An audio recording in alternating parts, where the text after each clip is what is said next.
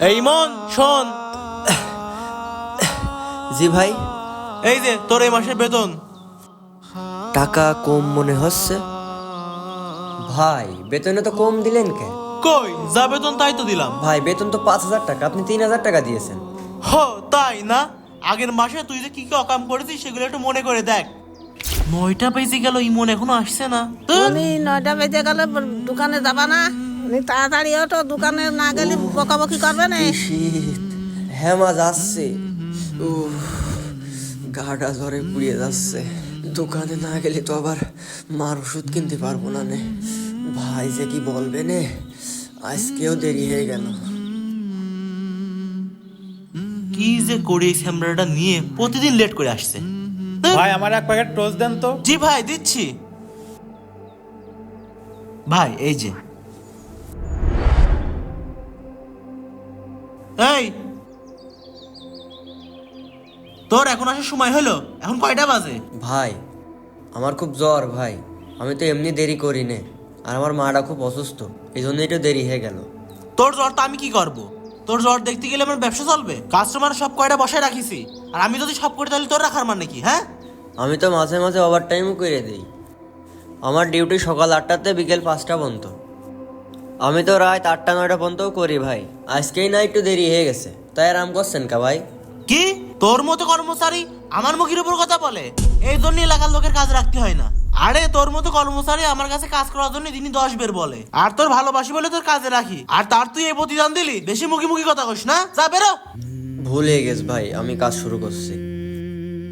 এই তোর লুতুর পুতুর কাজ করতে হবে না নে। আমার বাড়ির গ্যাস ফুরাই গেছে, তোর ভাবি খুব ঘ্যান ঘ্যান করছে। ওই রফি ভাইয়ের দোকানে যাবি, গ্যাস কিনে আমার বাড়ি লাগাই দিয়ে দোকানে আয়, যা। ঠিক আছে ভাই, যাচ্ছি। কি রে, আজকেও তোর দেরি?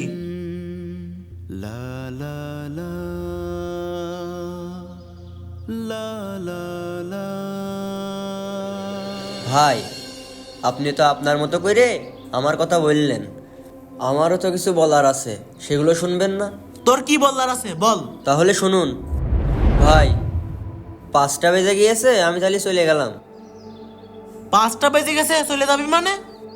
আজকে রাত 8টা পর্যন্ত ডিউটি, যাওয়ার কথা কইস কেমনি? দেখছিস না কত কাজ পড়ে আছে, আর যাই যাই করছে, আসলি তো দেরি করে।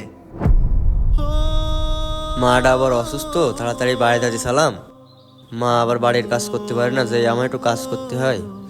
মাসে আবার 3,000 টাকা কিস্তি রয়েছে, এত প্রেশার। ভাই আবার ওভার টাইম করাচ্ছে আমার দিয়ে, জ্বর এসে সারা গায়ে ব্যথা, তার উপরে আবার এত ভারী ভারী কাজ করতে হচ্ছে।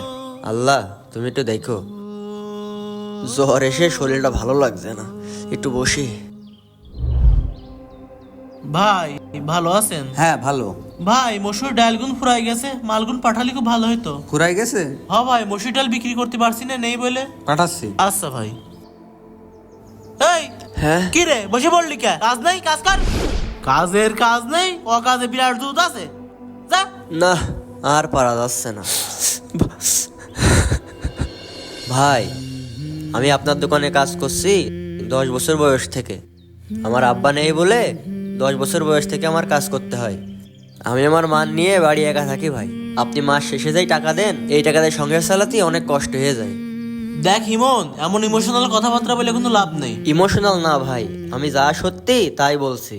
আমি আপনাকে ভালোবাসি বলে আপনার দোকানে কাজ করি, আর আপনি আমার সাথে যে ব্যবহারটা করেন ওটা মেনে নেওয়া যায় না ভাই।